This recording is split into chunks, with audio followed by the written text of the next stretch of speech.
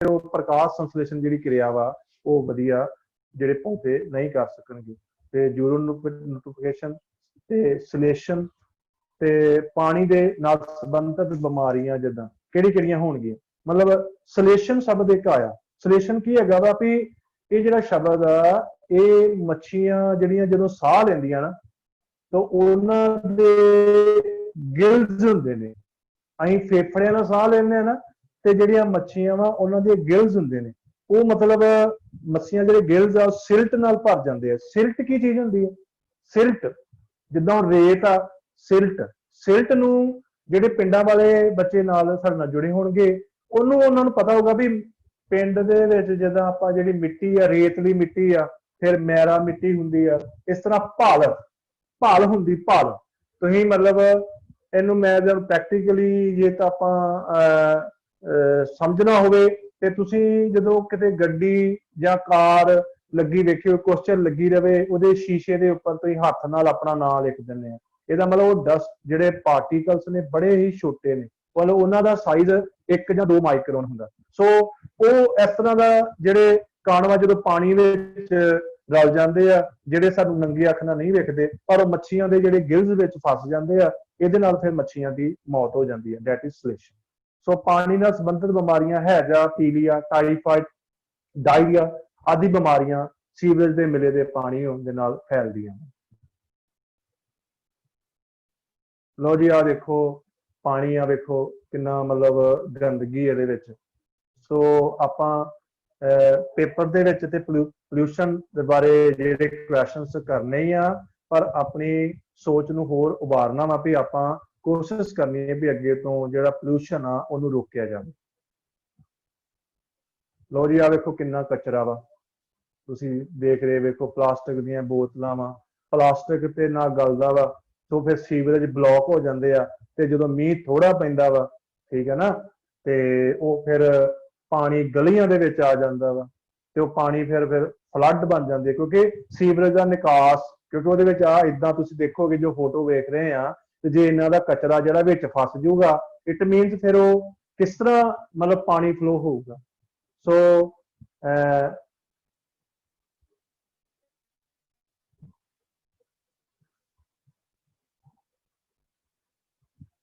ਇਸ ਤੋਂ ਬਾਅਦ ਆ ਦੇਖੋ ਆ ਕਿੰਨਾ ਕਾਲੇ ਰੰਗ ਦਾ ਪਾਣੀ ਆ ਤੇ ਪਾਣੀ ਦੇ ਵਿੱਚ ਜਦੋਂ ਰਲ ਜੂਗਾ ਤੇ ਉਹ ਪਾਣੀ ਨੂੰ ਦੂਸ਼ਿਤ ਕਰ ਜੂਗਾ। ਇਹ ਪਿਕਚਰਸ ਤੁਹਾਨੂੰ ਤਦ ਦਿਖਾ ਰਹੇ ਆ ਕਿ ਤੁਸੀਂ ਗਾਏ ਬਗਾਏ ਪ੍ਰੈਕਟੀਕਲੀ ਜਦੋਂ ਵੇਖਦੇ ਆ ਤੇ ਕੁਝ ਤੁਹਾਡਾ ਮਨ ਜਿਹੜਾ ਹੋਵੇ ਵੀ ਆਪਾਂ ਆਪਣੀ ਜਿਹੜੀ ਨੇਚਰ ਨੂੰ ਬਚਾਈਏ। ਅੱਗੇ ਆ ਗਿਆ ਜੀ 에ਅਰ ਪੋਲੂਸ਼ਨ। 에ਅਰ ਹਵਾ ਵੀ ਇੱਕ ਮਤਲਬ ਵਾਤਾਵਰਨ ਦਾ ਤੱਤ ਆ। ਹਵਾ ਦੇ ਵਿੱਚ ਜਿੱਦਾਂ ਮਤਲਬ ਜਿੱਦਾਂ ਆਪਾਂ ਕਹਿੰਦੇ atmosphere is like blanket of earth it is therefore essential that we have more about the atmosphere and way in which the polluted air is considered safe when it contain no harmful dust and gases। ਹੁਣ ਹਵਾ ਜੋ ਸਾਡੇ ਪਰਮਾਤਮਾ ਰਚਨਾ ਕੀਤੀ ਹੁਣ ਹਵਾ ਦੇ ਤੱਤ ਹੈਗੇ ਨੇ ਉਹਦੇ ਅੰਸ਼ ਨੇ ਜਿਵੇਂ ਅਸੀਂ ਪੜ੍ਹਦੇ ਹੁੰਦੇ ਆ ਵੀ ਇਹਦੇ ਚ ਨਾਈਟ੍ਰੋਜਨ 78% ਹੁੰਦਾ ਵਾ ਆਕਸੀਜਨ ਜਿਹੜੀ 21% ਹੁੰਦੀ ਆ ਪਰ ਅਸੀਂ ਆਪਣੀਆਂ ਗਲਤੀਆਂ ਕਾਰਨ ਆਪਣੇ ਆਪ ਦੇ ਬੈਨੀਫਿਟ ਕਰਨ ਵਾਸਤੇ ਸੋ ਹਵਾ ਦੇ ਵਿੱਚ ਇਹੋ ਜਿਹੇ ਤੱਤ ਰਲ ਗਏ ਜਿਹਦੇ ਨਾਲ ਕੀ ਹੋ ਗਿਆ ਵੀ ਜੋ ਬੈਲੈਂਸ ਸੀਗਾ ਮਤਲਬ ਨਾਈਟ੍ਰੋਜਨ ਇੰਨੀ ਹੋਣੀ ਚਾਹੀਦੀ ਸੀਗੀ ਕਾਰਬਨ ਡਾਈਆਕਸਾਈਡ ਇੰਨੀ ਹੋਣੀ ਚਾਹੀਦੀ ਸੀ ਕਾਰਬਨ ਮੋਨੋਆਕਸਾਈਡ ਇੰਨੀ ਹੋਣੀ ਚਾਹੀਦੀ ਸੀ ਨਾਈਟ੍ਰੋਜਨ ਆਕਸਾਈਡ ਇੰਨਾ ਹੋਣਾ ਚਾਹੀਦਾ ਸੀ ਪਰ ਉਹਦੀ ਆਪਾਂ ਰੇਸ਼ੋ ਜਿਹੜੀ ਆ ਉਹ ਘੱਟ ਵੱਧ ਗਈ ਜੋ ਫਿਰ ਜਿਹੜੀ ਹਵਾ ਵਾ ਉਹ ਫਿਰ ਦੂਸ਼ਿਤ ਹੋ ਗਈ। ਸੋ ਹਾਰਮਫੁਲ ਡਸਟ ਜਿੱਦਾਂ ਜਾਂ ਗੈਸਸ ਆ ਸੋ ਹਵਾ ਜਿਹੜੀ ਆ ਮੁੱਖ ਤੌਰ ਤੇ ਦੂਸ਼ਿਤ ਜਿਹੜੀ ਆ ਨਾ ਉਹ ਮਤਲਬ ਕਾਰਬਨ ਮੋਨੋਆਕਸਾਈਡ ਮਤਲਬ 50% ਜਿਹੜੀ ਆ ਕਾਰਬਨ ਮੋਨੋਆਕਸਾਈਡ ਜਦੋਂ ਹਵਾ ਚ ਰਲਦੀ ਆ ਉਹ ਮਤਲਬ ਇਹਨੂੰ ਦੂਸ਼ਿਤ ਕਰਦੀ ਆ।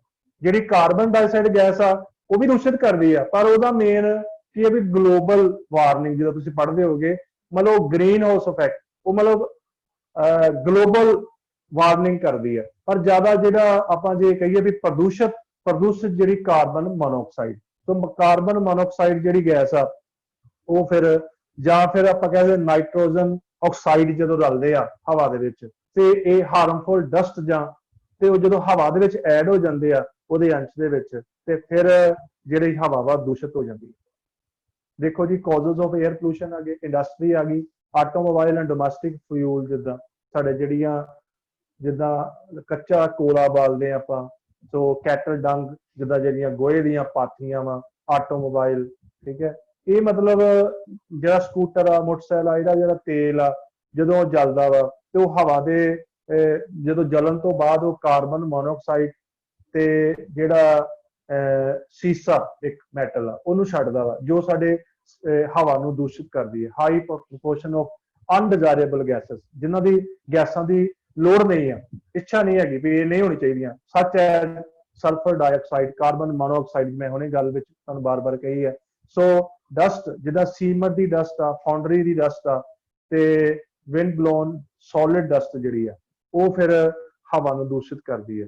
ਸੋ mist, smoke, carbon black, aerosol, ਇਹ ਸਾਰੇ ਜਿਹੜੇ ਆ ਜਦੋਂ ਹਵਾ 'ਚ ਰਲਦੇ ਨੇ, ਤੇ ਤੁਸੀਂ ਆ ਫੋਟੋ ਵੇਖ ਰਹੇ ਆ ਵੀ ਆ ਗੱਡੀ ਦੇ ਵਿੱਚ ਧੂੰਆਂ ਨਿਕਲਦਾ ਪਿਆ, ਠੀਕ ਹੈ ਨਾ। ਸੋ ਇਹਦੇ ਵਿੱਚ ਇਹਦੇ ਨਾਲ ਫਿਰ ਹਵਾ ਜਿਹੜੀ ਦੂਸ਼ਿਤ ਹੁੰਦੀ ਹੈ। ਇਸ ਤੋਂ ਬਾਅਦ ਇਫੈਕਟ ਕੀ ਹੈਗੇ ਹਵਾ ਦੇ ਦੂਸ਼ਿਤ ਦੇ ਇਫੈਕਟ ਕੀ ਹੈਗੇ? 에ਅਰ ਪੋਲੂਸ਼ਨ ਇਫੈਕਟ ਕੀ ਕਰਦਾ? ਸਭ ਤੋਂ ਪਹਿਲਾਂ ਤੇ ਹਿਊਮਨ ਦੀ ਹੈਲਥ ਜਿਹੜੀ ਆ ਸਾਡੀ, ਕਿਉਂਕਿ ਅਸੀਂ ਸਾਹ ਲੈਣਾ ਵਾ, ਜੇ ਮਤਲਬ ਸਾਹ ਲੈਣਾ ਜਿਹੜਾ ਵਾ ਬੰਦਾ ਛੱਡ ਦੇ ਤੇ ਜ਼ਿੰਦਗੀ ਖਤਮ ਆ, ਠੀਕ ਹੈ ਨਾ। ਹੁਣ ਇੱਕ ਧਾਰਮਿਕ ਗੱਲ ਮੈਂ ਦੱਸਣ ਲੱਗਾ ਵੀ ਬਾਬਾ ਨਾਨਕ ਜੀ ਮਰਦਾਨੇ ਨੂੰ ਕਹਿੰਦੇ ਵੀ ਮਰਦਾਨਿਆਂ ਜ਼ਿੰਦਗੀ ਕਿੰਨੀ ਕੁ ਦੂਰ ਹੈਗੀ ਆ, ਤੇ ਮਰਦਾਨਾ ਕਹਿੰਦਾ ਵੀ ਭਾਵੇਂ ਹੁਣ ਸੁੱਤੇ ਆ ਤੇ ਭਾਵੇਂ ਕੱਲ ਜਾਗਣਾ ਕਿ ਨਹੀਂ ਜਾਗਣਾ।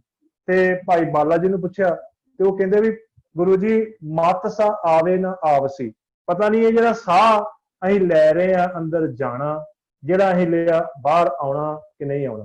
ਸੋ ਇਸ ਕਰਕੇ ਹਿਊਮਨ ਜਿਹੜੀ ਹੈਲਥ ਆ ਉਹ ਜਿਹੜੀ ਡਿਪੈਂਡ ਹਵਾ, ਜੇ ਹਵਾ ਦੂਸ਼ਿਤ ਹੋਊਗੀ ਤੇ ਉਹ ਫਿਰ ਸਾਰੇ ਉਹਨੂੰ ਹਾਨੀਕਾਰਕ, ਉਹਦੀ ਜੀਵਨ ਮਤਲਬ ਹਿਊਮਨ ਹੈਲਥ ਤੇ ਇਫੈਕਟ ਪਾਊਗੀ, ਐਨੀਮਲਸ ਤੇ ਪਲਾਂਟਸ, ਪੌਦੇ ਵੀ ਜਿਹੜੇ ਆਪਣਾ ਮਤਲਬ ਸਰਵਾਈਵ ਨਹੀਂ ਕਰ ਸਕਣਗੇ। The atmosphere also hole, global warming ਹੋ ਜਾਊਗੀ। ਓਜ਼ੋਨ ਜਿਹੜਾ ਹੋਲ ਆ ਤੁਸੀਂ ਸੁਣਿਆ ਹੋਊਗਾ, ਐਸਿਡਿਕ ਰੇਨ, ਜਿੱਦਾਂ ਅਸੀਂ ਪੜ੍ਹਦੇ ਹੁੰਦੇ ਵੀ ਜਿਹੜਾ ਤੇਜ਼ਾਬੀ ਵਰਖਾ, ਜਿਹੜੇ ਤੇਜ਼ਾਬ ਆ ਜਦੋਂ ਮਤਲਬ H2SO4 ਹਾਈਡਰੋਲਿਕ ਸਲਫੂਰਿਕ ਐਸਿਡ ਬਣ ਕੇ ਉਹ ਜਿਹੜੇ ਤੇਜ਼ਾਬ ਆ ਉਹ ਮੀਂਹ ਦੇ ਨਾਲ ਥੱਲੇ ਡਿੱਗਦੇ ਆ। ਤੇ ਆਪਾਂ ਸੁਣਿਆ ਹੋਊਗਾ ਵੀ ਜਿੱਦਾਂ ਜਿਹੜਾ ਤਾਜ ਮਹਿਲ ਸੀ ਨਾ, ਉਹਦੇ ਪੱਥਰ ਦੇ ਉੱਪਰ ਇਫੈਕਟ ਪਾ ਰਹੇ ਆ ਉਹ ਜਿਹੜੀ ਤੇਜ਼ਾਬੀ ਵਰਖਾ। ਸੋ ਵੇਰੀਅਸ ਰੈਸਪੀਰੇਟਰੀ ਇਲਨੈਸ, ਮਤਲਬ ਸਾਹ ਕਿਰਿਆ ਦੇ ਵਿੱਚ ਜਿਹੜੀਆਂ ਸਾਹ ਦੇ ਵਿੱਚ ਜਿਹੜੀਆਂ ਕਿਰਿਆਵਾਂ ਵਾ ਉਹਦੇ ਵਿੱਚ ਮੁਸ਼ਕਲ ਆਉਂਦੀ ਹੈ, ਇਹ ਇਫੈਕਟ ਹੈਗੇ। ਆਹ ਵੇਖੋ ਹਵਾ ਪ੍ਰਦੂਸ਼ਣ ਆ ਪੰਜਾਬੀ 'ਚ ਦਿੱਤਾ ਵਾ। ਸੋ ਹਵਾ ਵਿੱਚ ਨਾ ਚਾਹੁਣਯੋਗ ਪਰਿਵਰਤਨ ਜੋ ਮਨੁੱਖ ਅਤੇ ਹੋਰ ਜੰਤੂਆਂ ਦੇ ਮਾੜੇ ਪ੍ਰਭਾਵ ਪਾਉਂਦੇ ਆ ਉਹ ਹਵਾ ਪ੍ਰਦੂਸ਼ਣ ਆ। ਪ੍ਰਕਿਰਤਿਕ ਸਰੋਤ, ਜਿੱਦਾਂ ਹੁਣ ਨੈਚੁਰਲ ਸਰੋਤ ਦੇ ਜੰਗਲੀ ਅੱਗ ਆ, ਠੀਕ ਹੈ, ਪਰਾਗਕਣ, ਜਿੱਦਾਂ ਜਵਾਲਾਮੁਖੀ ਆ ਉਹ ਫਟਦੀ ਆ ਤੇ ਉਹ ਹਵਾ ਦੇ ਵਿੱਚ ਪ੍ਰਦੂਸ਼ਿਤ ਕਰਦੀ ਆ। ਤੇ ਮਨੁੱਖ ਵੱਲੋਂ ਜਿੱਦਾਂ ਵਣਾਂ ਦਾ ਵਿਨਾਸ਼, ਜਿੱਦਾਂ ਆਪਾਂ ਜੰਗਲਾਂ ਨੂੰ ਕੱਟ ਦਿੰਦੇ ਆ, ਜਨਸੰਖਿਆ ਵਿਸਫੋਟ ਹੋ ਗਿਆ। ਸੋ ਇਸ ਤਰ੍ਹਾਂ ਮਤਲਬ ਜਿਹੜੀਆਂ ਆਟੋਮੋਬਾਈਲਸ ਨੇ, ਜਿਹੜੇ ਆ ਵਾਹੀਕਲਸ ਨੇ, ਸੋ ਇਹ ਮਨੁੱਖ ਦੁਆਰਾ ਜਿਹੜੇ ਆਪਾਂ ਜਿੱਦਾਂ ਵਿਸਫੋਟਕ ਚੀਜ਼ਾਂ ਵਾ, ਜਿੱਦਾਂ ਆਪਾਂ ਪਟਾਕੇ ਵਗੈਰਾ ਚਲਾਉਂਦੇ ਆ, ਇਹ ਸਾਰਾ ਮਤਲਬ ਜਿਹੜਾ ਮਨੁੱਖੀ ਦੇ ਕਾਰਨ ਜਿਹੜਾ ਵਾ ਹਵਾ ਪ੍ਰਦੂਸ਼ਣ ਹੁੰਦੀ ਆ। ਇਹ ਹਵਾ ਦੇ ਪ੍ਰਭਾਵ ਕੀ ਹੁੰਦੇ ਆ? ਦਮਾ, ਟੀਬੀ, ਇਹ ਜਿਹੜੇ ਰੋਗ ਤੁਸੀਂ ਪੜ੍ਹ ਰਹੇ ਆ ਇਹ ਹੁੰਦੇ ਆ। ਬੈਕਟੀਰੀਆ, ਐਨਰਜੀ, ਫੇਫੜਿਆਂ ਦਾ ਕੈਂਸਰ ਉਪਰੰਤ ਉਤਪੰਨ ਕਰਦੀਆਂ। ਧੂਆਂ ਤੇ ਸਮੋਗ ਜਿਹੜਾ ਵਾ ਉਹ ਮਤਲਬ ਬ੍ਰਾਂਚਿਸ ਦਮਾ ਅਤੇ ਫੇਫੜਿਆਂ ਦੀ ਬਿਮਾਰੀ ਪੈਦਾ ਕਰਦੇ ਹਨ। ਧੂਆਂ, ਕੋਰਾ, ਧੂਏ ਤੋਂ ਕੋਰੇ ਦਾ ਮਿਸ਼ਰਣ, ਧੂਏ ਨਾਲ ਫਿਰ ਕੋਰੇ ਤੋਂ ਮੁੱਖ ਤੌਰ ਤੇ ਜਿਹੜਾ ਓਜ਼ੋਨ ਪਰਤ ਆ ਉਹ ਪ੍ਰੋਕਸੀ ਐਸਿਡ ਦੀ ਜਿਹੜੀ ਆ, ਜਿਹਨੂੰ ਆਪਾਂ ਪੈਨ ਕਹਿੰਦੇ ਆ, ਇਹ ਪੱਤੇ ਵਾਲੀਆਂ ਸਬਜ਼ੀਆਂ, ਫਸਲਾਂ, ਸਜਾਵਟੀ ਪੌਦਿਆਂ, ਫਲਾਂ ਅਤੇ ਵਣਾਂ ਦੇ ਦਰਖਤਾਂ ਨੂੰ ਨੁਕਸਾਨ ਪਹੁੰਚਾਉਂਦੇ ਆ। ਤੁਸੀਂ ਵੇਖਿਆ ਹੋਊਗਾ ਵੀ ਸਰਕਾਰ ਜਿਹੜੀ ਆ, ਜਿਹੜੀ ਸਰਕਾਰੀ ਬਿਲਡਿੰਗਸ ਹੁੰਦੀਆਂ ਉੱਥੇ ਮੋਸਟਲੀ ਅਸ਼ੋਕਾ ਟਰੀ ਲੱਗੇ ਹੁੰਦੇ ਆ।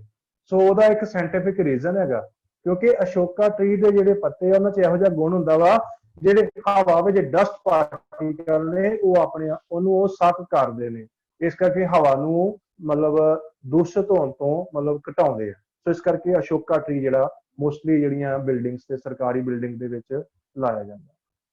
ਆਹ ਦੇਖੋ ਫੋਟੋ ਤੁਸੀਂ ਦੇਖ ਰਹੇ ਆ ਕਿੱਦਾਂ ਆਹ ਜਿਹੜਾ ਧੂਆਂ ਵਾ ਇਹ ਆ ਹੁਣ ਆਸਮਾਨ 'ਚ ਹੀ ਰਲਣਾ ਵਾ ਤੇ ਹਵਾ ਦੇ ਵਿੱਚ ਜਦੋਂ ਜਾਣਾ ਤੇ ਇਹ ਫਿਰ ਹਵਾ ਜਿਹੜੀ ਦੂਸ਼ਿਤ ਹੋ ਜਾਣੀ। ਆਹ ਇੱਕ ਆਹ ਵੇਖੋ ਕਾਰਨ, ਆਹ ਫੈਕਟਰੀਆਂ ਦੇ ਵਿੱਚ ਧੂਆਂ ਨਿਕਲਦਾ ਪਿਆ ਦੇਖੋ।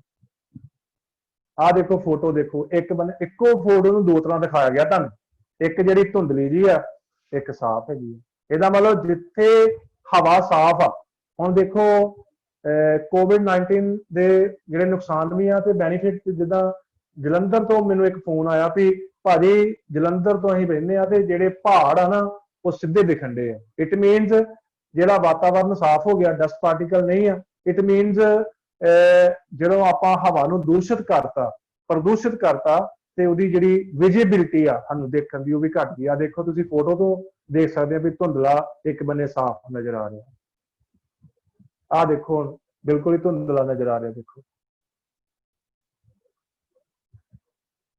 how to avoid air pollution, ਆਪਾਂ ਕਿੱਦਾਂ ਅਵੋਇਡ ਕਰਾਂਗੇ? Just we can avoid pollution as ਜਿੱਦਾਂ ਯੂਜ਼ ਨੈਚੁਰਲ ਗੈਸ, ਜਿੱਦਾਂ like LPG liquid petroleum gas use ਕਰੋ। ਡੂ ਨਾਟ ਬਰਸਟ ਕਰੈਕਰਸ, ਪਟਾਕੇ ਵਗੈਰਾ ਨਾ ਚਲਾਓ।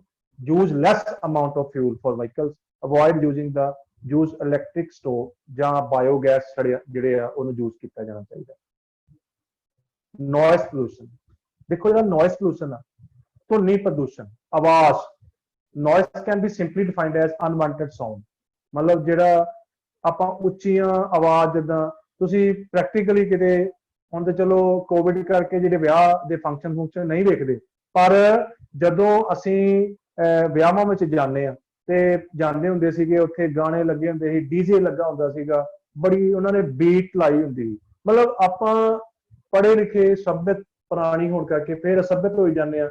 ਮੇਨ ਜੋ ਉੱਥੇ ਗਾਣੇ ਲੱਗੇ ਆ, ਗਾਣੇ ਦਾ ਮਤਲਬ ਨਹੀਂ ਪਤਾ, ਪਰ ਉਹ ਬੀਟ ਹੋਣੀ ਚਾਹੀਦੀ ਆ। ਉਹ ਮਤਲਬ ਕਿੱਦਾਂ ਹਾਰਟ ਨੂੰ ਕਰਦੀ ਆ, ਉਹ ਮਤਲਬ ਸਾਡੇ ਕੰਨਾਂ ਨੂੰ ਬਾਅਦ ਵਿੱਚ ਅਸੀਂ ਆਣ ਕੇ ਕਿੰਨਾ ਜਿਹੜਾ ਸਿਹਤ ਦੇ ਉੱਪਰ, ਜਿੱਦਾਂ ਦਿਮਾਗ ਦੇ ਉੱਪਰ ਸਿਰ ਪੀੜ ਜਾਂ ਮਤਲਬ ਹਾਈਪਰਟੈਂਸ਼ਨ ਹੋ ਜਾਂਦੇ ਆ। ਸੋ ਇਹ ਨੋਇਸ ਜਿਹੜਾ ਪੋਲੂਸ਼ਨ ਆ, ਦਾ sound is pollution not depend upon its loudness, so duration, rhythm, the mood of the person। ਜਿਹੜੀ ਸਾਊਂਡ ਆ ਬਿਲਕੁਲ ਮਿੱਠੀ ਜੀ, ਉਹਦੀ ਰਿਦਮ ਵਧੀਆ ਹੋਣੀ ਚਾਹੀਦੀ ਆ।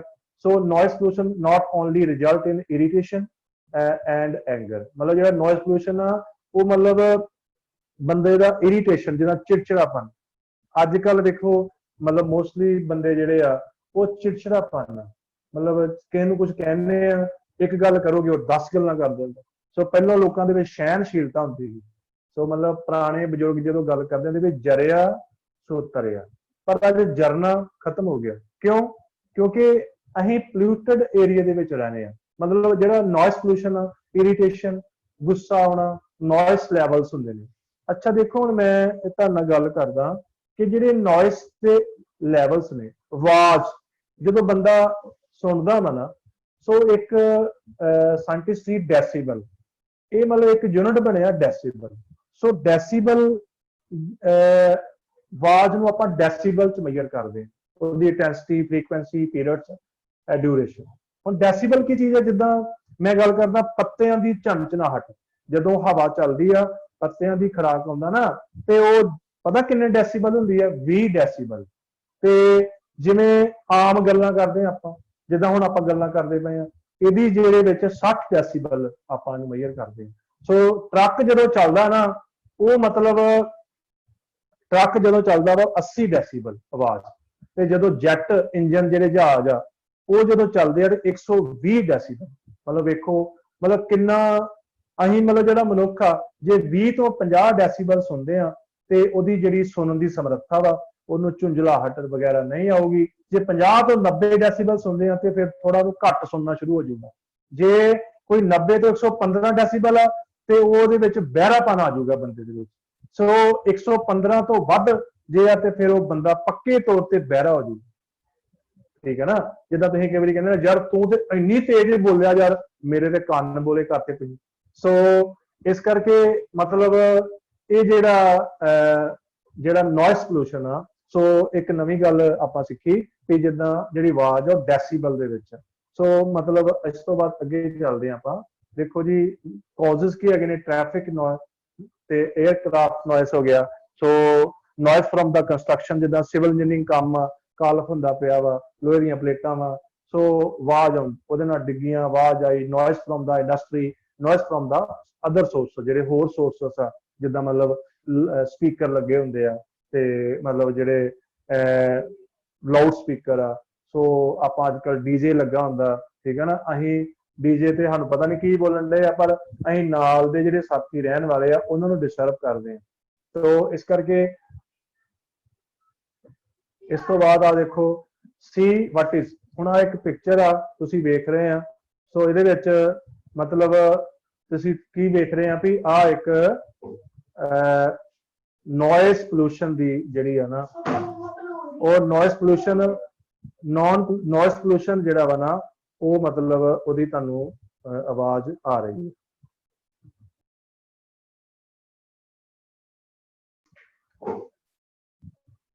इस तो बाद इफेक्ट ऑफ नॉइस पोल्यूशन की हुंदे ने इफेक्ट। एक तो हेयरिंग बंदे दा सुनन दी समर्था घट जाती है, हार्ट बेड प्रेशर मतलब ब्लड प्रेशर बढ़ जाता, स्ट्रैस स्ट्रैस के करके बंदा फिर जो स्ट्रैस आता फिर एंगर फिर गुस्सा आना, गुस्से के नाल फिर की होगा बंदा फिर होर कोई वड्डी गलती कर लेंदा। स्लीप डिस्टर्बेंस सौन दे विच डिस्टर्बेंस आती है तो बंदा सौगा नहीं, नींद नहीं लऊगा तो बंदा रिफ्रैश नहीं होगा।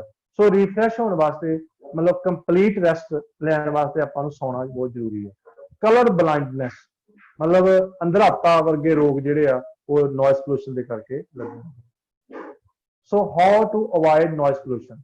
नॉइस पोल्यूशन आपां किदां हटाउणा वा, जिद्दां government should be insured that new machine should be noise proof होनी चाहिए आ। Airport must be away from the residential area तो दूर होने चाहिए आ। साउंड हॉर्न जिहड़े symbol to be school road के उपर मतलब उन्होंने मतलब साउंड हॉर्न मीनस उत्ते सिंबल लगा हो स्कूल आ इत्थे मतलब हॉर्न नहीं चलाना। So control noise at the source by proper choice of equipments design उहदी मॉडिफिकेशन माउंटिंग या प्रॉपर उहदी लेआउट होनी चाहिए तां जो जिहड़ी आवाज़ आ वो ज़्यादा ना आवे। जिद्दां तुसीं वेखिया वा शहरां दे विच जिहड़े आ एरिया हुंदा अर्बन एरिया उत्थे लिखिया हुंदा कि साउंड जिहड़ी आ इन्नी होनी चाहिए आ, जिहड़े ट्रक आ वो प्रैशर हार्न नहीं मार सकते नहीं तो चलान होगा। सो इसे करके ही है। सो आइसोलेशन जो वैपल्स मतलब आइसोलेशन मीनस एकांतवास विच रहो। तदे कहंदे ना जिहड़े साधु संत आ वो मतलब कहंदे जी मौन धारिया, मौन वर्त एक खान पीन का वर्त हुंदा, एक मौन वर्त हुंदा। सो मौन वर्त करन दे नाल भी जिहड़ियां सेहत दे विच काफी बेनीफिशियल्स उन्हां नूं मिलदे आ।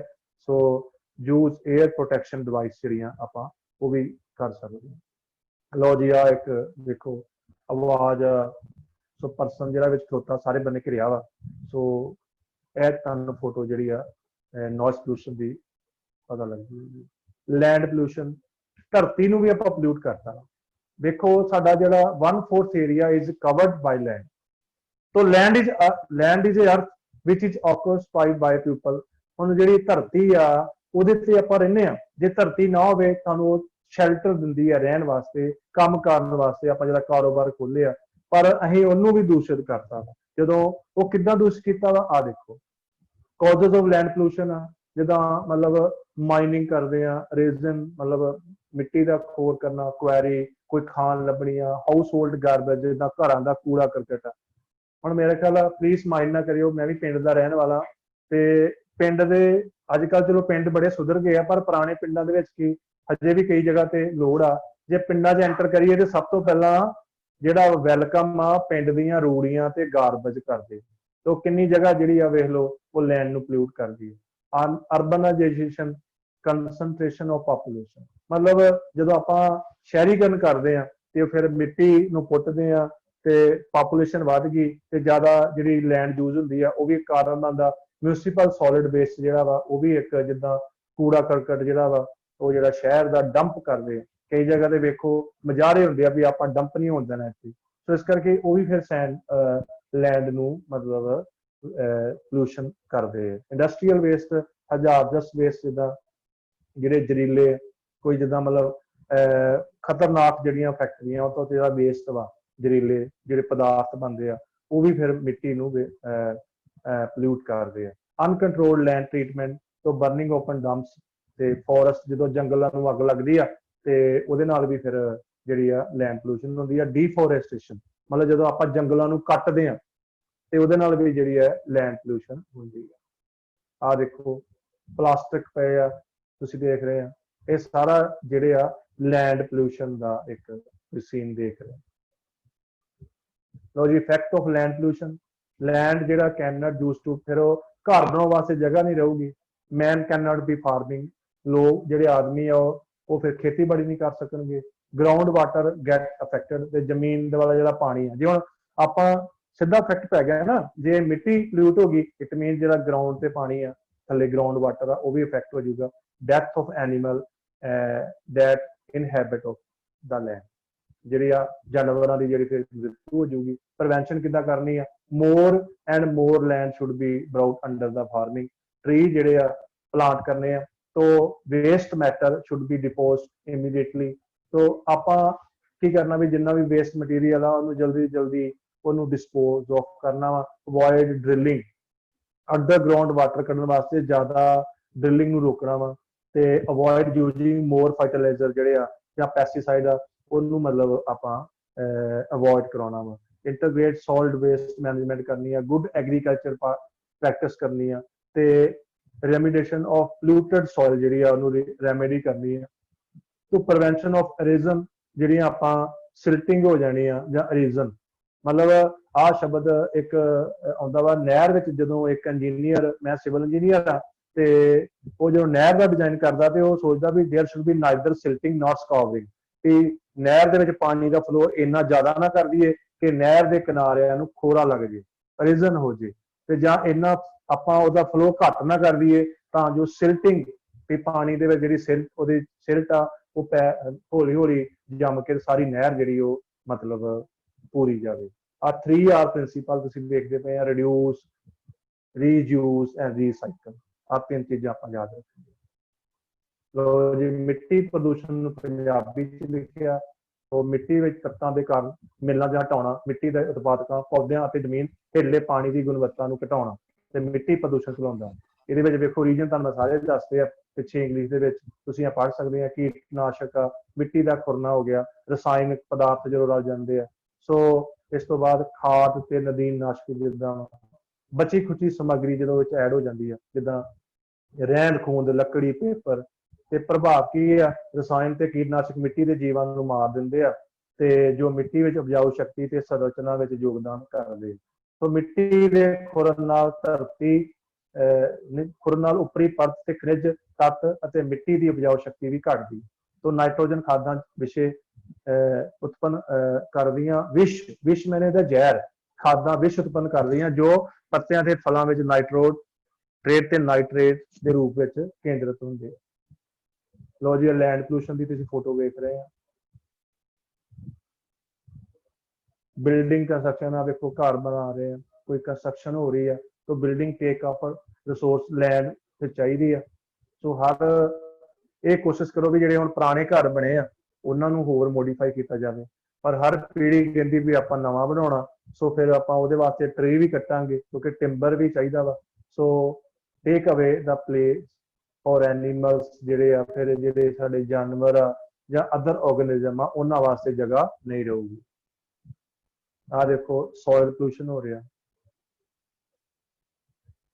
आ सॉयल पोल्यूशन दे रीजन हो गया माइनिंग हो गई, प्लास्टिक, हाउस होल्ड वेस्ट हो गया, एग्रीकल्चर, मतलब ये रीजन है सॉयल पोल्यूशन, मिट्टी के प्रदूषण। आ देखो जी सॉयल जी माइनिंग करते हैं, मिट्टी को पुट के दूसरी जगह पर लिया, वो भी सॉयल पोल्यूशन हो गया। रेडियो एक्टिव पोल्यूशन हो गए, ਜਿਹੜੇ रेडियो एक्टिव न्यूक्लियर जिदा ਬੰਬ बनता ਵਾ। सो ਜਿਹੜੀਆਂ रेडियो एक्टिव रेज आ ਉਹ ਜਦੋਂ ਸਾਡੇ ਐਟਮੋਸਫੀਅਰ 'ਚ ਰਲਦੀਆਂ ਵਾ ਤੇ ਉਹ ਜਿਹੜਾ ਪ੍ਰਦੂਸ਼ਣ ਹੁੰਦਾ ਵਾ ਉਹ रेडियो एक्टिव पोल्यूशन कहलाਉਂਦਾ ਵਾ।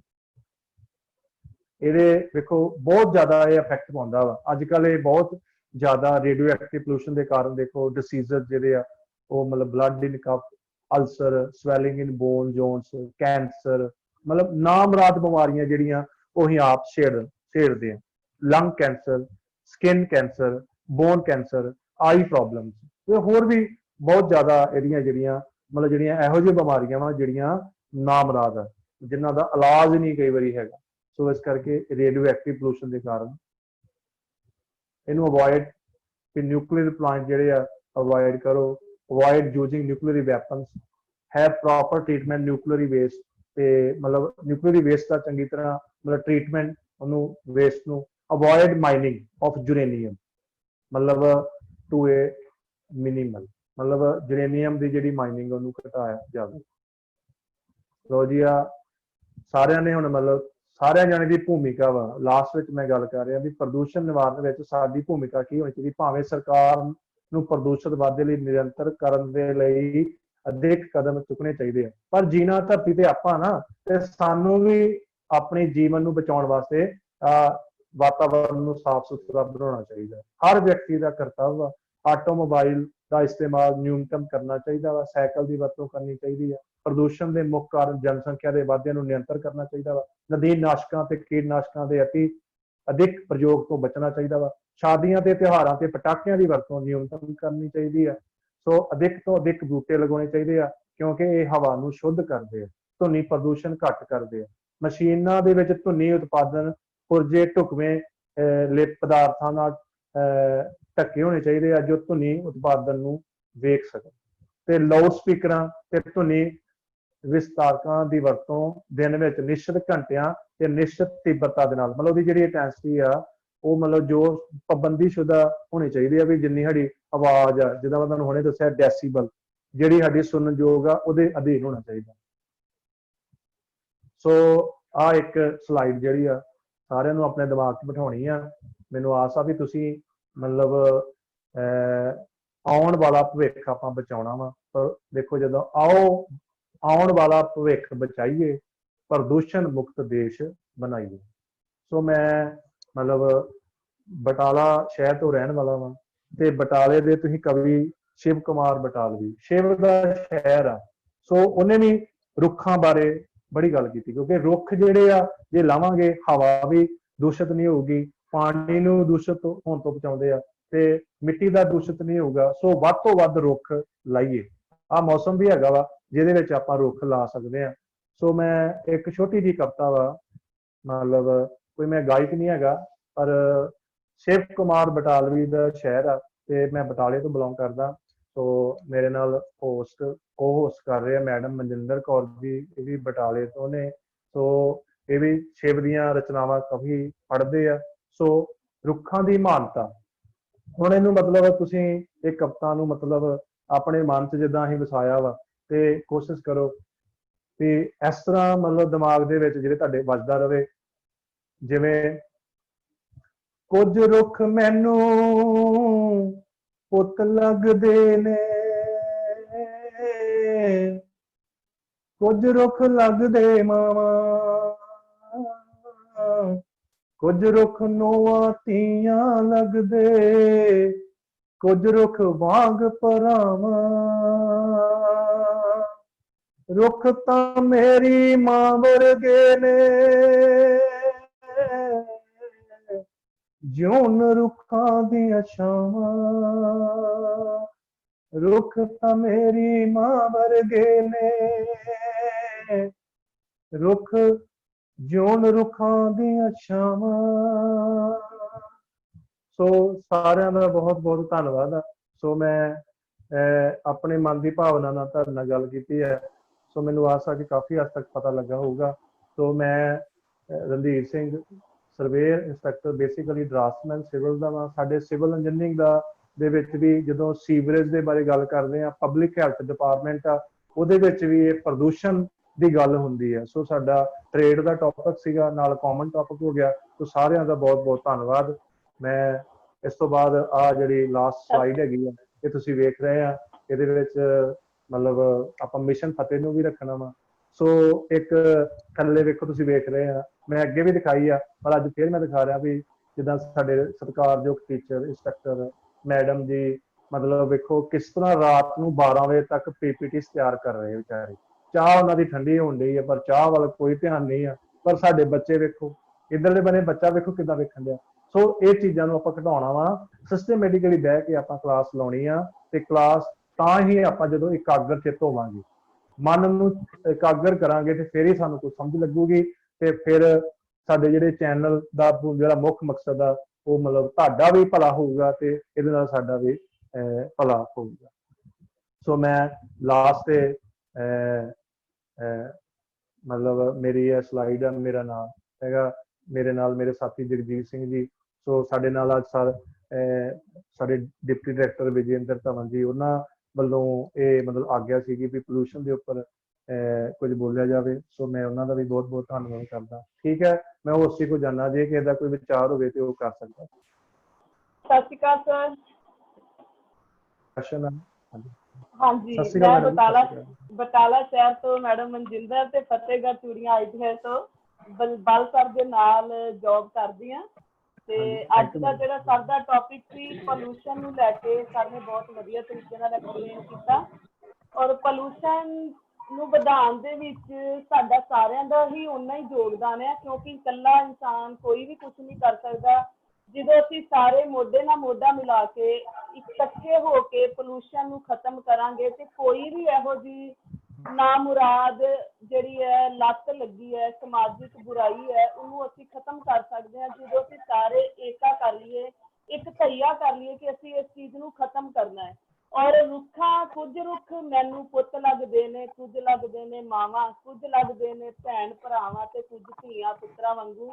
ਸ਼ਿਵ ਬਟਾਲਵੀ ਦੀ ਸਰ ਨੇ ਕਵਿਤਾ ਲਿਖੀ ਔਰ ਇਹ ਤਾਂ ਹੀ ਸਾਡੇ ਸਾਰਿਆਂ ਵਾਸਤੇ ਇਹ ਇੱਕ ਮੈਸੇਜ ਆ ਕਿ ਜੇ ਅਸੀਂ ਵਾਕਈ ਰੁੱਖਾਂ ਨੂੰ ਲਗਾਈਏ, ਰੁੱਖਾਂ ਦਾ ਪਾਲਣ ਕਰੀਏ, ਉਹਨੂੰ ਪਾਲੀਏ, ਪੁੱਤਾਂ ਵਾਂਗੂ ਪਾਲੀਏ, ਤੇ ਸੁਭਾਵਿਕ ਹੀ ਉਹ ਠੰਡੀਆਂ ਛਾਵਾਂ ਸਾਡੇ ਬੱਚੇ ਵੀ ਸਾਨੂੰ ਨਹੀਂ ਦਿੰਦੇ ਜੋ ਸਾਨੂੰ ਰੁੱਖ ਦਿੰਦੇ ਨੇ। ਔਰ ਇਹ ਵਾਤਾਵਰਨ ਨੂੰ ਸ਼ੁੱਧ ਤੇ ਸਾਫ਼ ਰੱਖਣ ਵਾਸਤੇ ਸਾਨੂੰ ਸਾਰਿਆਂ ਨੂੰ ਪ੍ਰਣ ਕਰਨਾ ਚਾਹੀਦਾ ਹੈ। ਔਰ ਅੱਜ ਦੀ ਜਿਹੜੀ ਸਾਡੀ ਨਾਮਰਾਦ ਬਿਮਾਰੀ ਉਹ ਵੀ ਇੱਕ ਗੰਦਗੀ ਤੋਂ ਹੀ ਪੈਦਾ ਹੋਈ ਹੈ। ਔਰ ਜੇ ਸਾਡਾ ਵਾਤਾਵਰਨ ਸ਼ੁੱਧ ਹੈ ਤੇ ਸੁਭਾਵਿਕ ਹੀ ਹੈ ਕਿ ਕੋਈ ਦੁਨੀਆ ਸਾਡੇ ਤੇ ਹਾਵੀ ਨਹੀਂ ਹੋ ਸਕਦੀ। ਇੰਨੇ ਹੀ ਸ਼ਬਦਾਂ ਦੇ ਨਾਲ ਸਾਰਿਆਂ ਦਾ ਬਹੁਤ ਬਹੁਤ ਧੰਨਵਾਦ। So thank you Randhir sir. Thank you madam. ਹਾਂਜੀ ਹਾਂਜੀ ਹਾਂਜੀ, ਸਤਿ ਸ਼੍ਰੀ ਅਕਾਲ ਸਰ। ਸਤਿ ਸ਼੍ਰੀ ਅਕਾਲ। ਹਾਂ ਸਰ, ਬਹੁਤ ਵਧੀਆ ਲੈਕਚਰ ਸੀ। ਮੈਂ ਸਾਰੇ ਪਾਰਟਿਸਿਪੈਂਟਸ ਜਿਹੜੇ ਜੁਆਇਨ ਕੀਤੇ ਹੋਏ ਉਹਨਾਂ ਨੂੰ ਸਾਰਿਆਂ ਨੂੰ ਮੈਂ ਦੱਸਣਾ ਚਾਹੁੰਦਾ ਕਿ ਰਣਧੀਰ ਸਰ ਬੱਚਿਆਂ ਨੂੰ ਲੈ ਕੇ ਬਹੁਤ ਚਿੰਤਿਤ ਰਹਿੰਦੇ ਨੇ ਤੇ ਉਹਨਾਂ ਲਈ ਲੈਕਚਰ ਜਿਹੜੇ ਬਹੁਤ ਵਧੀਆ ਲੈ ਕੇ ਆਉਂਦੇ ਨੇ। ਸੋ ਸਾਡੀ ਗੱਲਬਾਤ ਹੁੰਦੀ ਰਹੀ ਸੀ ਇਹ ਪੋਲਿਊਸ਼ਨ ਦੇ ਉੱਤੇ ਜਿਹੜਾ ਲੈਕਚਰ ਰਣਧੀਰ ਸਰ ਨੇ ਲਿਆ ਆ, ਬਹੁਤ ਘੱਟ ਸਮੇਂ ਦੇ ਵਿੱਚ ਬਹੁਤ ਜ਼ਿਆਦੀਆਂ ਗੱਲਾਂ ਨੂੰ ਕਵਰ ਕਰਨਾ ਬਹੁਤ ਵੱਡੀ ਗੱਲ ਹੈਗੀ ਆ। ਇਸ ਕਰਕੇ ਰਣਧੀਰ ਸਾਹਿਬ ਤੁਹਾਡਾ ਬਹੁਤ ਬਹੁਤ ਧੰਨਵਾਦ, ਤੁਸੀਂ ਬੱਚਿਆਂ ਨੂੰ ਬਹੁਤ ਅਵੇਅਰ ਕੀਤਾ। ਥੈਂਕ ਯੂ ਜੀ। ਦੇਖੋ ਜੀ, ਮੈਂ ਇੱਕ ਗੱਲ ਦੱਸਣੀ ਭੁੱਲ ਗਿਆ ਵੀ ਇਹ ਰਕੇਸ਼ ਸਰ ਹੋਣਾ ਨੇ ਮਤਲਬ ਫੋਨ ਤੇ ਗੱਲ ਹੁੰਦੀ ਰਹੀ ਤੇ ਇਹਨਾਂ ਨੇ ਕਿਹਾ ਵੀ ਪੋਲੂਸ਼ਨ ਦਾ ਟੌਪਿਕ ਰਹਿੰਦਾ ਵਾ ਤੇ ਤੁਸੀਂ ਇੰਪਲਾਇਬਿਲਿਟੀ ਦਾ ਮਤਲਬ ਫਿਰ ਚਲੋ ਸਰ ਨੇ ਕਾਫੀ ਗਾਈਡ ਕੀਤਾ ਮੈਨੂੰ PPT ਵਾਸਤੇ ਵੀ, ਤੇ ਬਹੁਤ ਬਹੁਤ ਇਹਨਾਂ ਦਾ ਵੀ ਧੰਨਵਾਦ ਆ ਕਿਉਂਕਿ ਅੱਜ ਇਹ ਥੋੜਾ ਬਿਜੀ ਸੀ ਹੋਰ ਕਿਸੇ ਬੰਦੇ ਨੇ ਤੇ ਇਹਨਾਂ ਨੇ ਆਉਣਾ ਸੀ ਨਾਲ। ਸੋ ਥੈਂਕ ਯੂ ਸਰ, ਤੁਹਾਡਾ ਵੀ ਬਹੁਤ ਬਹੁਤ। ਹਾਂਜੀ ਹਾਂਜੀ, ਬਾਕੀ ਮੈਂ ਇਹ ਸਾਰਿਆਂ ਨੂੰ ਬੱਚਿਆਂ ਨੂੰ ਦੱਸਣਾ ਚਾਹੁੰਦਾ ਵੀ ਜਿਹੜੀ ਅੱਜ ਆਪਣੇ ਪੋਲਿਊਸ਼ਨ ਤੇ ਸਰ ਨੇ ਲੈਕਚਰ ਲਿਆ ਆ, ਉਹਦੀ ਖਾਲੀ ਸਾਡੀ ਆਮ ਸਮਾਜਿਕ ਲੋੜ ਜਾਂ ਇੰਡਸਟਰੀਅਲ ਲੋੜ ਨੂੰ ਛੱਡ ਕੇ ਜੇ ਲਈਏ ਆਪਾਂ ਗਲੋਬਲ ਲੈਵਲ ਤੇ ਇਸ ਚੀਜ਼ ਦੀ ਜ਼ਰੂਰਤ ਹੈਗੀ ਆ। ਇਸ ਕਰਕੇ ਤੁਸੀਂ ਸਾਰੇ ਜਣੇ ਜਿਹੜੇ ਮੇਰੇ ਸਟੂਡੈਂਟਸ ਖਾਸ ਕਰਕੇ ਹੈਗੇ ਉਹ ਆਉਣ ਵਾਲਾ ਭਵਿੱਖ ਉਹਨਾਂ ਨੇ ਸੰਭਾਲਣਾ ਆ। ਇਸ ਕਰਕੇ ਇਹਨਾਂ ਸਾਰੀਆਂ ਚੀਜ਼ਾਂ ਦਾ ਖਿਆਲ ਆਪਾਂ ਸਾਰਿਆਂ ਨੇ ਰੱਖਣਾ ਹੈਗਾ। ਇੰਡਸਟਰੀ 'ਚ ਤੁਸੀਂ ਜਾ ਕੇ ਜੁਆਇਨ ਕਰਨਾ, ਜਿੰਨੇ ਤਰ੍ਹਾਂ ਦੇ ਪੋਲਿਊਸ਼ਨ ਸਰ ਨੇ ਦੱਸੇ ਨੇ ਸਾਰੇ ਉੱਥੇ ਇੰਪਲੀਮੈਂਟ ਹੋਣੇ ਨੇ। ਉਹਨਾਂ ਦੀ ਦੇਖਭਾਲ ਤੁਸੀਂ ਸਾਰਿਆਂ ਨੇ ਸਹੀ ਤਰੀਕੇ ਨਾਲ ਕਰਨੀ ਹੈ ਵੀ ਤਾਂ ਜੋ ਅੱਗੇ ਜਾ ਕੇ ਕਿਸੇ ਤਰ੍ਹਾਂ ਦਾ ਇਹ ਸਾਡਾ ਪਲੈਨਟ ਜਿਹੜਾ ਪੋਲਿਊਟ ਨਾ ਹੋਵੇ। ਇਸ ਤੋਂ ਇਲਾਵਾ ਘਰ ਦੇ ਵਿੱਚ ਵੀ ਮੈਂ ਸਾਰੇ ਬੱਚਿਆਂ ਨੂੰ ਸਲਾਹ ਦੇਣਾ ਚਾਹਾਂਗਾ ਕਿ ਜਿਹੜੇ ਡਸਟਬਿਨ ਆਪਾਂ ਯੂਜ਼ ਕਰਦੇ ਹਾਂ ਉਹ ਗਿੱਲਾ ਕੂੜਾ ਤੇ ਸੁੱਕਾ ਕੂੜਾ ਉਹ ਵੀ ਅਲੱਗ-ਅਲੱਗ ਦੋ ਤਰ੍ਹਾਂ ਦੇ ਡਸਟਬਿਨ ਲਗਾਉਣ ਤਾਂ ਜੋ ਉਹ ਜਿਹੜਾ ਉਹਦੀ ਸੈਗਰੀਗੇਸ਼ਨ ਜਿਹੜੀ ਹੈਗੀ ਆ ਉਹ ਵੇਸਟ ਦੀ ਉਹ ਸਹੀ ਤਰੀਕੇ ਨਾਲ ਹੋ ਸਕੇ। Randhir sir thank you very much, ਬਹੁਤ ਵਧੀਆ ਤੁਹਾਡਾ ਲੈਕਚਰ ਸੀਗਾ ਔਰ ਬੱਚੇ ਬਹੁਤ ਸਿੱਖੇ ਨੇ। ਔਰ ਜਿਹੜੀ ਸ਼ਿਵ ਕੁਮਾਰ ਬਟਾਲਵੀ ਜੀ ਤੁਸੀਂ ਐਂਡ ਦੇ ਵਿੱਚ ਕਵਿਤਾ ਲਗਾਈ ਆ ਰੁੱਖਾਂ ਦੇ ਬਾਰੇ, ਉਹ ਬਹੁਤ ਦਿਲ ਨੂੰ ਛੂਹੰਦੀ ਆ। ਉਹ ਮੈਂ ਈਵਨ ITI ਮੋਹਾਲੀ ਦੇ ਵਿੱਚ ਮੇਰੇ ਘੱਟੋ ਘੱਟ ਮੈਂ ਮੁੜਾ ਕੇ ਇੱਥੇ 25 ਜਾਂ 30 ਇਹ ਰੁੱਖ ਦੀਆਂ ਜਿਹੜੀਆਂ ਕਵਿਤਾਵਾਂ ਸ਼ਿਵ ਕੁਮਾਰ ਬਟਾਲਵੀ ਜੀ ਦੀਆਂ ਮੈਂ ਸੰਸਥਾ ਦੇ ਵਿੱਚ ਲਗਾਈਆਂ ਹੋਈਆਂ ਨੇ ਇਸੇ ਕੰਮ ਨੂੰ ਲੈ ਕੇ। Thank you very much Randhir sir. ਹਾਂਜੀ, ਹੋਰ ਕਿਸੇ ਦਾ ਕੋਈ ਕੁਐਸਚਨ ਹੋਵੇ, ਕੋਈ ਕੁਐਰੀ, ਕੋਈ ਸੁਝਾਅ ਹੋਵੇ, ਕੋਈ ਦੇ ਸਕਦਾ ਜੀ। ਹੋਰ ਵੀ ਕੋਈ ਇੰਸਟ੍ਰਕਟਰ ਸਾਹਿਬਾਨ ਜਾਂ ਟ੍ਰੇਨੀ ਜਾਂ ਕੋਈ ਕਿਸੇ ਦੀ ਕੋਈ ਕੁਐਰੀ ਹੋਵੇ। हेलो। हाँ जी, हाँ जी। रणधीर सर सुन पा रहे हो? हाँ जी, हाँ जी सर, हाँ जी, सत श्री अकाल। हाँ जी सर, हाँ जी। हाँ ठीक है जी, मैं पार्टिसिपेंट्स ਨੂੰ अनम्यूट करदा जी। ठीक है, ते if any query is there then participants please may ask. So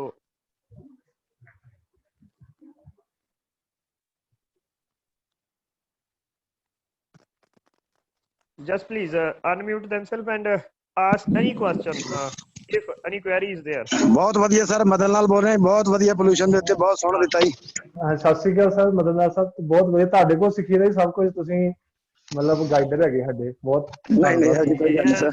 Yes sir, ਮਤਲਬ ਆਲਸੋ ਮਤਲਬ ਹਾਂ ਇਹ ਗਾਈਡੈਂਸ ਦੇ ਤੌਰ ਤੇ ਮਤਲਬ ਬਹੁਤ ਵਧੀਆ ਇਹਨਾਂ ਦਾ ਪੋਲੂਸ਼ਨ ਤੇ ਸੀਗਾ, ਜਦੋਂ ਜਿਸ ਦਿਨ ਕਾਰ ਦੇ ਪੋਲੂਸ਼ਨ ਦੇ ਉੱਤੇ ਗੱਲ ਕੀਤੀ ਇਹਨਾਂ ਨੇ, ਵਹੀਕਲ ਪੋਲੂਸ਼ਨ ਦੇ ਉੱਤੇ। Every part of vehicle I came to know at that time कि every part of vehicle has some sort of pollution. तो मदन लाल जी बहुत बहुत धन्यवाद। ठीक है जी, thank you sir, thank you जी, थैंक यू।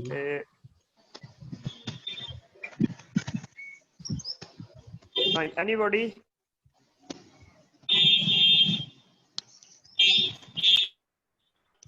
ਵਧੀਆ, ਬਹੁਤ ਹੀ ਮਤਲਬ ਅੱਛਾ ਲੈਕਚਰ ਸੀਗਾ। ਚਲੋ ਰਕੇਸ਼ ਸਰ ਨੇ ਵੀ ਦੱਸਤਾ, ਸਾਰਿਆਂ ਨੂੰ, ਮੈਡਮ ਜੀ ਮਨਜਿੰਦਰ ਜੀ ਜੁੜੇ ਨੇ, ਉਹਨਾਂ ਨੇ ਹੋਰ ਵੀ ਸਾਡੇ ਪਵਨ ਸਰ ਵੀ ਜੁੜੇ ਨੇ, ਟੀਚਰ ਸਾਰੇ ਸਹਿਬਾਨ ਨਾਲ ਨੇ ਸਾਡੇ। ਤੋ ਬਹੁਤ ਵਧੀਆ ਮਤਲਬ ਲੱਗਾ, ਵੈਰੀ ਮਤਲਬ ਐ ਜਿਹੜੇ ਕਹਿੰਦੇ ਨਾ ਕੰਸਾਈਜ਼, ਤੇ ਉਹ ਕੁਝ ਸਮੁੰਦਰ ਭਰਨ ਵਾਲੀ ਗੱਲ ਹੁੰਦੀ ਹੈ, ਤੇ ਹਰ ਇੱਕ ਚੀਜ਼ ਨੂੰ ਵੀ ਘੰਟੇ ਦੇ ਵਿੱਚ ਹੀ।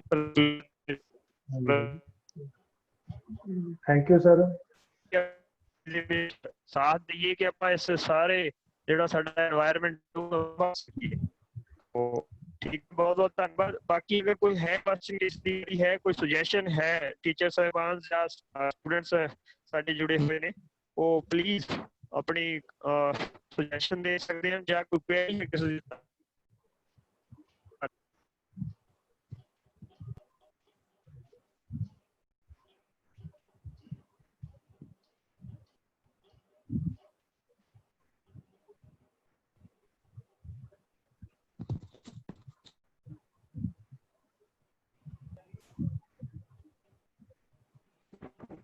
ठीक है sir, it's all over.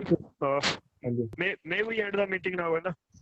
Okay sir, thank you। हाँ ठीक है सर, धन्यवाद जी साਰਿਆਂ ਦਾ ਇੱਕ ਵਾਰੀ ਫੇਰ। ਕਮਲ ਜੀ ਕੋਈ ਭੇਜ ਰਹੇ ਨੇ, ਵੈਰੀ ਨਾਈਸ ਸਰ, ਲੈਕਚਰ ਬਹੁਤ ਵਧੀਆ ਸੀਗਾ। ਕਮਲ